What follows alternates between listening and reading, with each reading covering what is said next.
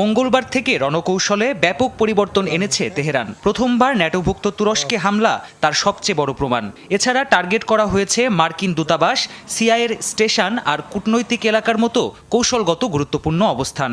ব্যাপক পরিসরে ড্রোন আর মিসাইল হামলা হচ্ছে আরব আমিরাত, বাহরাইন আর কাতারের মতো মার্কিন মিত্র দেশগুলোই। রাতভর আরও কয়েক দফা হামলার হুঁশিয়ারি দিয়েছে আইআরজিসি। এদিকে ইরানের রাজধানী তেহরানে নতুন করে কয়েক দফা বিমান হামলা চালিয়েছে যুক্তরাষ্ট্র ইসরায়েলের যৌথ বাহিনী। গুড়িয়ে দেওয়া হয়েছে সর্বোচ্চ নেতা নির্বাচনের দায়িত্বে থাকা বিশেষজ্ঞ প্যানেলের কার্যালয়। এছাড়াও কোম, ইস্পাহান সহ বিভিন্ন শহরে অবিরাম হামলা চলছে।